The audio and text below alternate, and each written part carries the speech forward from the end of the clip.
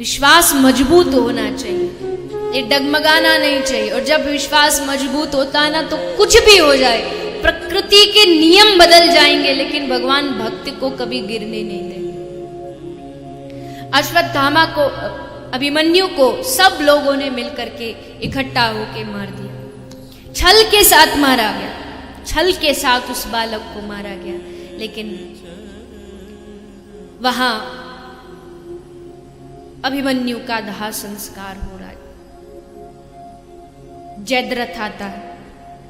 जयद्रथ अग्निदान देने के लिए, श्रद्धांजलि देने के लिए आगे बढ़ता है। अर्जुन रोकता है कि तू आगे मत बढ़, क्योंकि तू अभिमन्यु के मृत्यु का कारण। और आज अर्जुन मैं प्रतिज्ञा करता हूं कि कल अगर सूर्यास्त से पहले तुझे मार नहीं दिया तो मैं सबके सामने, सबके समक्ष खड़ा होकर अग्नि में अपने शरीर को त्याग दूं। अब दुर्योधन को इससे बड़ा मौका क्या मिल सकता है? अगर कल जयद्रथ नहीं मरा तो समझो अर्जुन गया। अब कुछ भी हो जाए, बस जयद्रथ तक अर्जुन पहुंचना नहीं चाहिए। पूरी जितनी सेना, जितना बल सब लगा दिया जयद्रथ की सुरक्षा में। उसके शिविर के बाहर लाइन लगी है रक्षकों की। अर्जुन ने युद्ध आरंभ किया। करते करते करते आगे बढ़ता बढ़ता बढ़ता अर्जुन पूरी शक्ति लगा दी, लेकिन पहुंचने में असमर्थ है, नहीं पहुंच पा रहा है जयद्रथ के पास। सांझ होती जा रही है, सूर्य ढलने का वक्त नजदीक आता जा रहा है, नजदीक आता जा रहा है। दुर्योधन बड़ा खुश हो रहा है मन ही मन कि चलो अच्छा हुआ, सूर्यास्त होने वाला और ये देखो अब तो गया ये काम से। बड़ा खुश है मन ही मन। अर्जुन घबरा रहा है, लेकिन करूं क्या? भगवान कृष्ण की ओर एक नजर घुमाई, एक नजर देखा। भगवान समझ गए कि अर्जुन अब इसके हाथ में नहीं। कृपा सिंधु भगवान ने अपनी नजर ऊपर घुमाई। जैसे नजर ऊपर घुमाई तुरंत सूर्यास्त हो गया।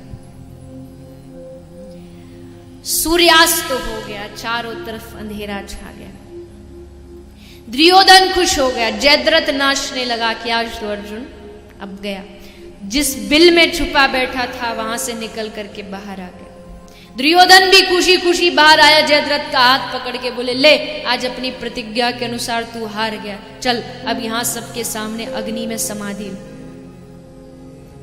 अर्जुन ने बाण रखा, धनुष रखा, अग्नि प्रज्वलित की गई और अर्जुन उसमें बैठने ही वाला है। तभी कृष्ण ने कहा, अर्जुन रुक।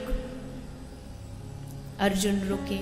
तुरंत भगवान कृष्ण ने नजर ऊपर की और जैसे नजर ऊपर की, सूर्य के ऊपर एक बादल की घटा छा गई थी। नजर घुमाते ही घटा हट गई और जैसे घटा हटी सूर्योदय हुआ। भगवान ने कहा, अर्जुन ये रहा सूर्य, ये रहा धनुष और ये रहा जयद्रथ। उठा धनुष बाण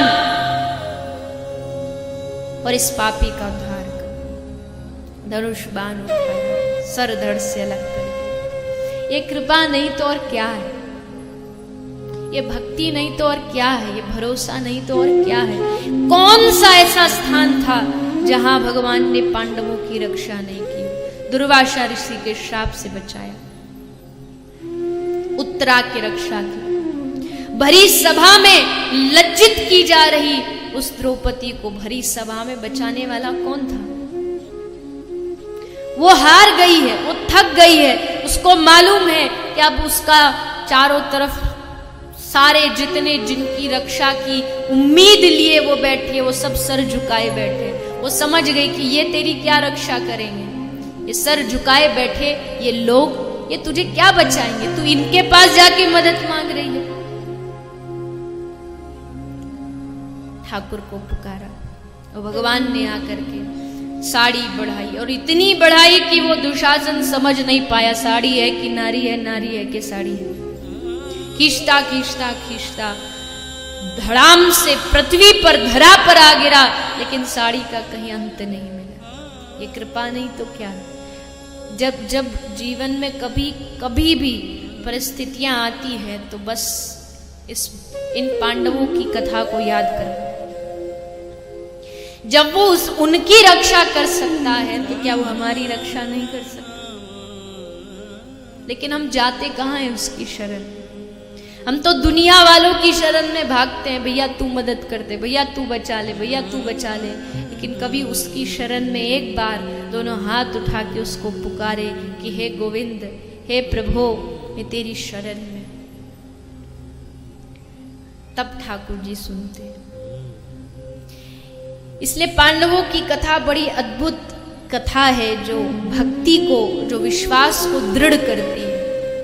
लगता है उन पर कृपा हुई तो कहीं ना कहीं हमारा चांस भी है, हम पर भी कहीं कृपा हो सकती है। बस प्रतीक्षा कीजिए, बस इंतजार कीजिए उसकी कृपा का।